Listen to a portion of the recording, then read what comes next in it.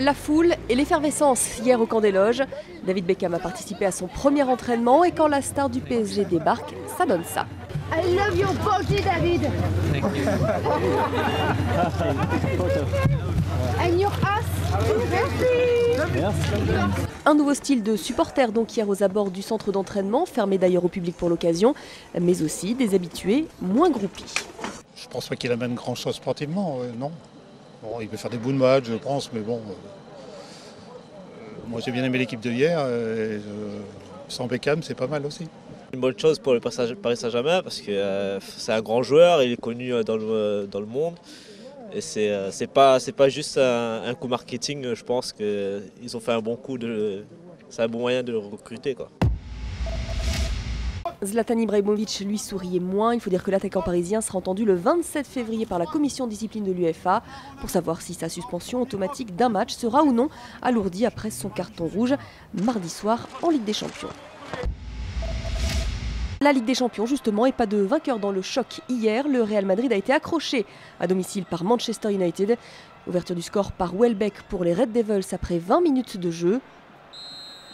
Et Cristiano Ronaldo qui lui a répondu 10 minutes plus tard. Le Borussia Dortmund, de son côté, a arraché un bon match nul sur le terrain du Shakhtar Donetsk. Score final 2-2. Ce soir, place à la Ligue Europa avec les 16e de finale aller. Lyon qui reste sur 2 défaites consécutives en championnat est en déplacement à Tottenham. Match qui s'annonce plutôt relevé.